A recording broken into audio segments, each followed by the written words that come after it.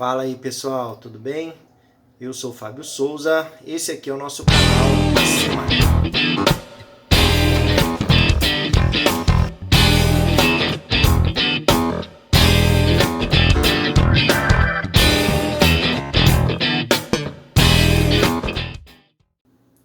Fala aí pessoal, tudo bem?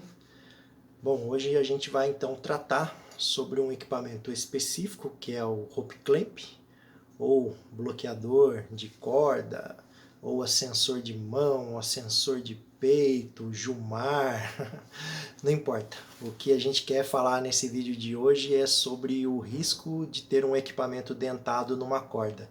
Se usa, se não usa, se serve para resgate, se não serve, a ideia hoje é falar sobre isso, tá joia? Então, vamos lá.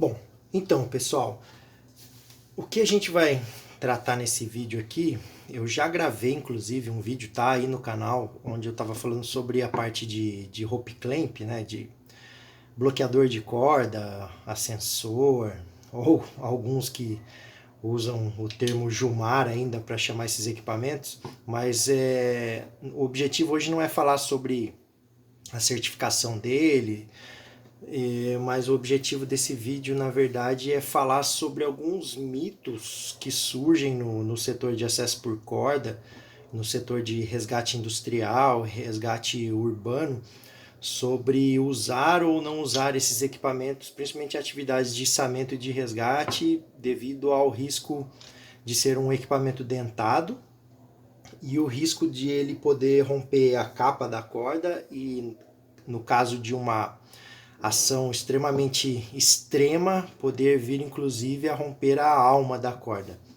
Bom, a primeira coisa que a gente precisa entender, que eu até já comentei no primeiro vídeo, é que assim, o teste e a certificação de um equipamento dentado e um não dentado é o mesmo. Os requisitos são os mesmos e o requisito mínimo de carga de tração estática, onde ele não pode danificar a capa da corda, é o mesmo, não importa, não tem diferenciação para isso, você não encontra diferenciação nas principais normas que tratam sobre rope clamp, seja a N567, seja a 12841 ou seja a NFPA 1983, tá? Então assim, o que é importante a gente entender sobre isso danificar ou não uma corda? A primeira coisa que a gente tem que entender é assim, que o equipamento ele vem marcado com a carga mínima que ele precisa atender num teste de tração numa corda para que ele não danifique a capa da corda. E a outra coisa que a gente precisa entender é a carga limite de trabalho do equipamento, né, o WLL. Outra coisa que é muito importante a gente entender é que esse WLL e essa carga mínima de tração que o equipamento tem que atender para não romper a capa de uma corda tem variáveis. E as variáveis vão de acordo com o diâmetro da corda. Então, por isso, mais uma vez, e como sempre eu bato na tecla, você precisa ler o manual de instrução do teu equipamento. Porque os bons equipamentos, eles deixam isso muito bem definido. Que aí o pessoal sempre fala, né? Ah, qual que é o limite desse equipamento? A gente sempre vai falar dos 4kN, né? 4kN, aproximadamente 400 kg força. Não é bem assim que funciona, tá? Você pega, por exemplo, no manual de um equipamento como dessa marca, da Petzl. 400 kg força aproximadamente, ou 4kN, é o mínimo que esse equipamento ele tem que resistir numa tração se a corda estiver num diâmetro entre 8 e 10 milímetros. Agora, se essa corda estiver num diâmetro de 10 até 13 milímetros, na verdade um equipamento como esse, ele resiste a 6,5 kN, ou seja, aproximadamente 650 kg força. Então é bem mais do que o esperado. Se for dentro de uma certificação NFPA, sendo dentado ou não no Technical Use, ele tem que resistir a pelo menos 500 kg força. Então tem essa diferenciação que a gente precisa entender. Não é só 4KN, é só 4KN na menor bitola de corda que o equipamento passa, que ele tem compatibilidade. Então eu preciso verificar isso, tá? Outra coisa muito interessante que a gente precisa entender no equipamento desse, se ele rompe ou se ele não rompe a capa da corda, está associado a alguns detalhes. E um deles está na montagem estrutural do equipamento. Eu vou tentar colocar mais próximo aqui para vocês, e isso está na distribuição, na simetria de como esses dentes são colocados. Esse aqui é um Ascension da Petzl. Vou tentar dar um foco aqui, ó.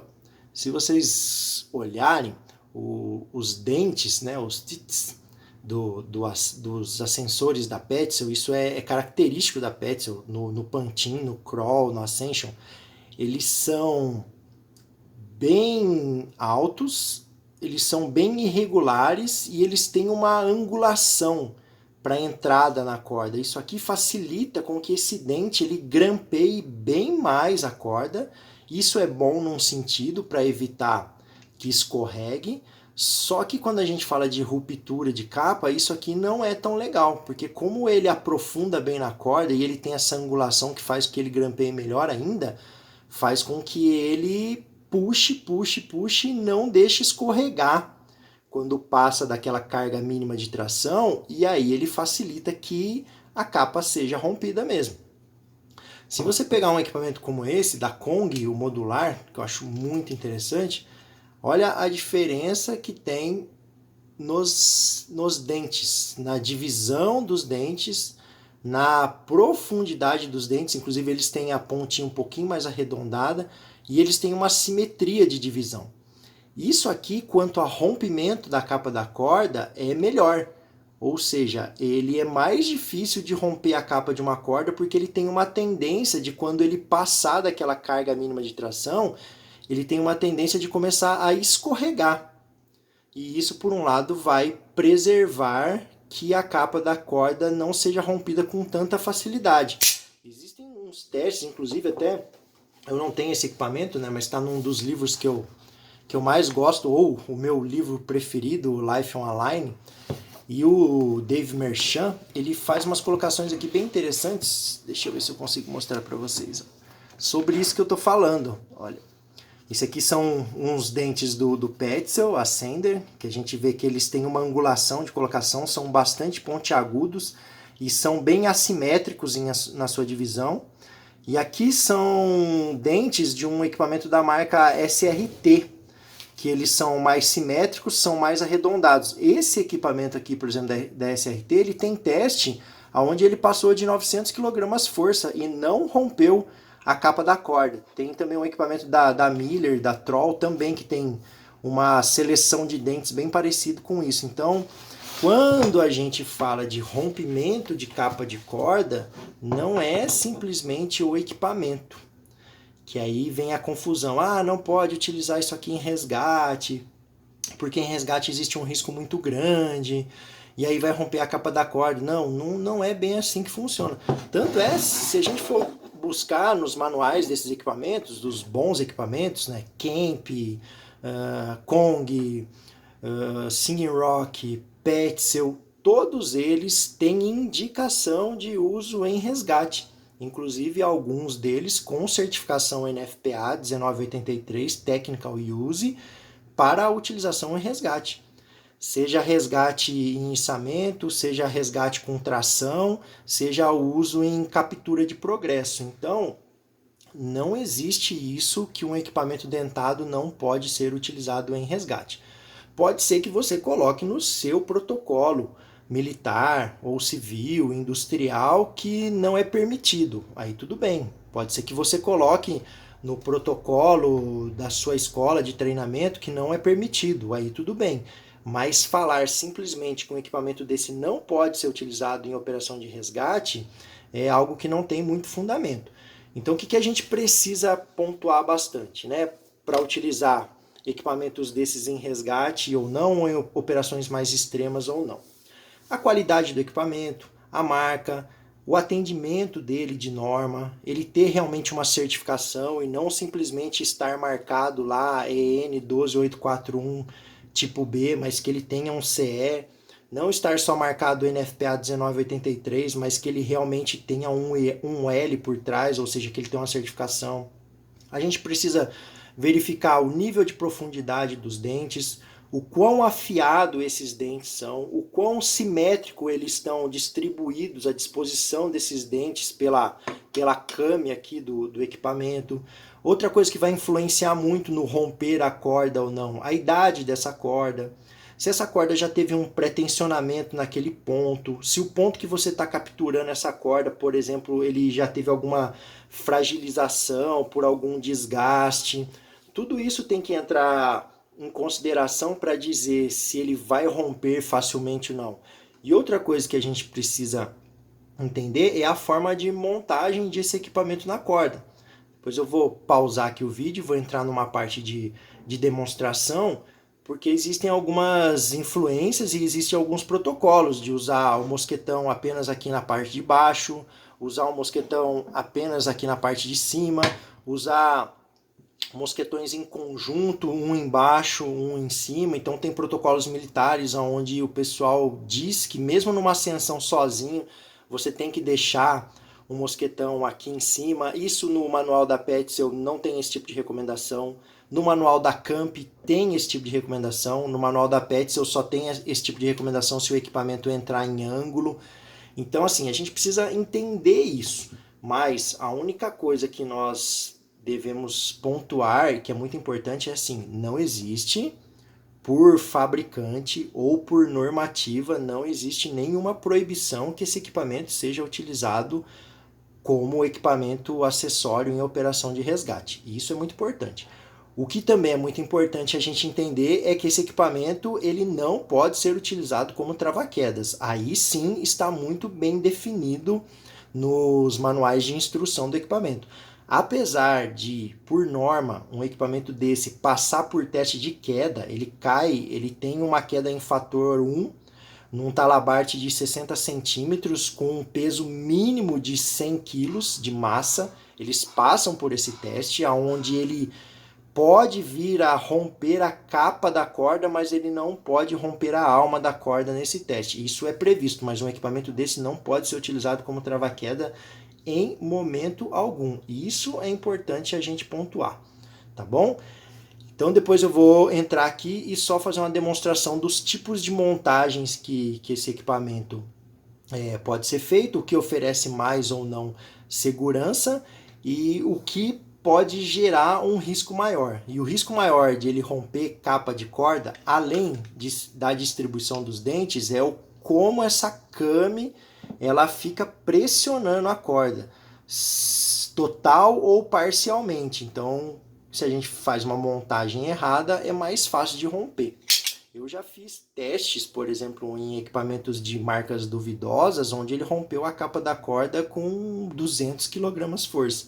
E estava marcado lá EN. Então a gente precisa tomar bastante cuidado com isso, tá bom? É isso aí por enquanto, pessoal. Um abraço.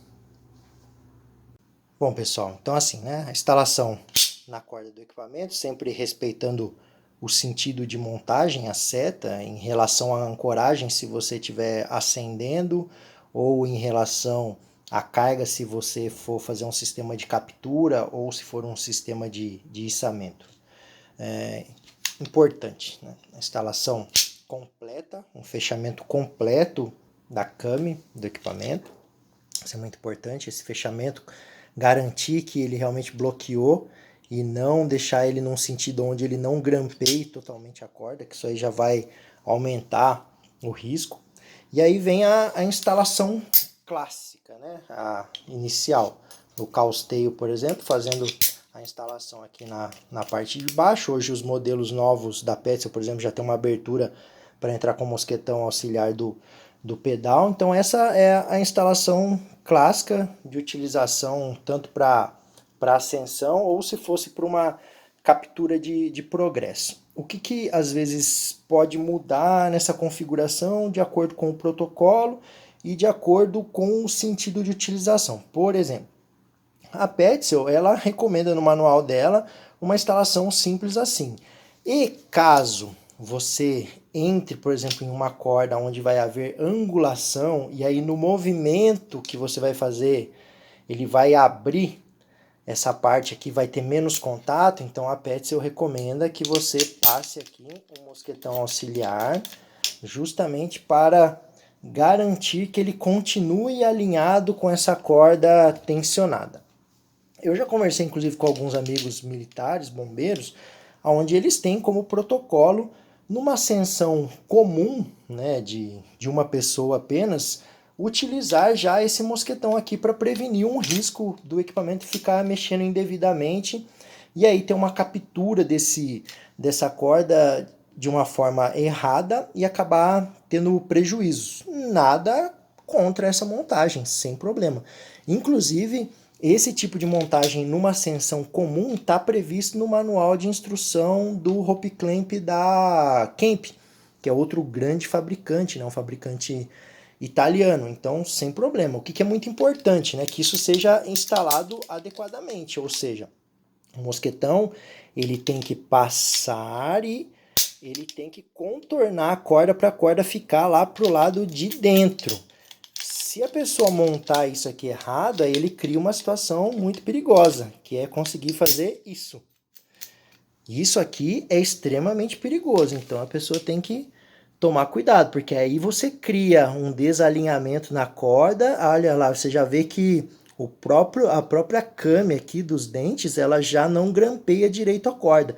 Então precisa tomar muito cuidado para não errar nesse tipo de montagem e fazer adequadamente. Tá? Então existe essa possibilidade e o manual da Petzl ainda fala quando há a angulação que se você não quiser utilizar esse mosquetão, se você não tiver esse mosquetão, ela fala desse tipo de montagem aqui.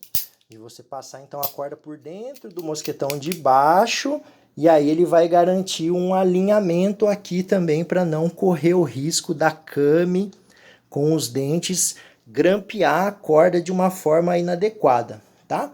Isso aí então pode ser tanto nessa ascensão aqui comum, como pode ser na montagem invertida. Se você quiser deixar esse sistema ainda mais seguro, você pode montar com a corda passando aqui por dentro do mosquetão e ainda entrar na outra orientação lá mesmo em uso comum, na vertical e não angulado na diagonal, você ainda pode trabalhar com mais esse mosquetão aqui, aí você está dentro de um sistema que deixa a corda mais alinhada e você está mais seguro, tá?